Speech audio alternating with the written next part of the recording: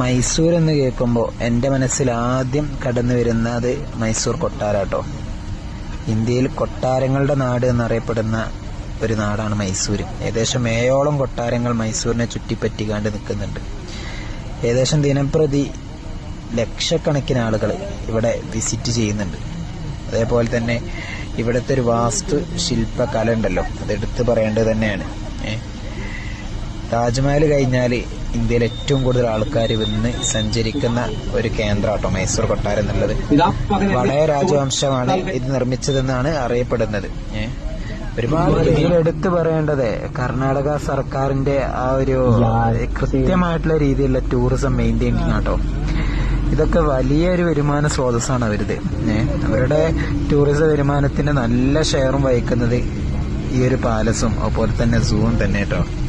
ഇതേപോലെ കൃത്യമായ രീതിയിലുള്ള പ്ലാനിങ്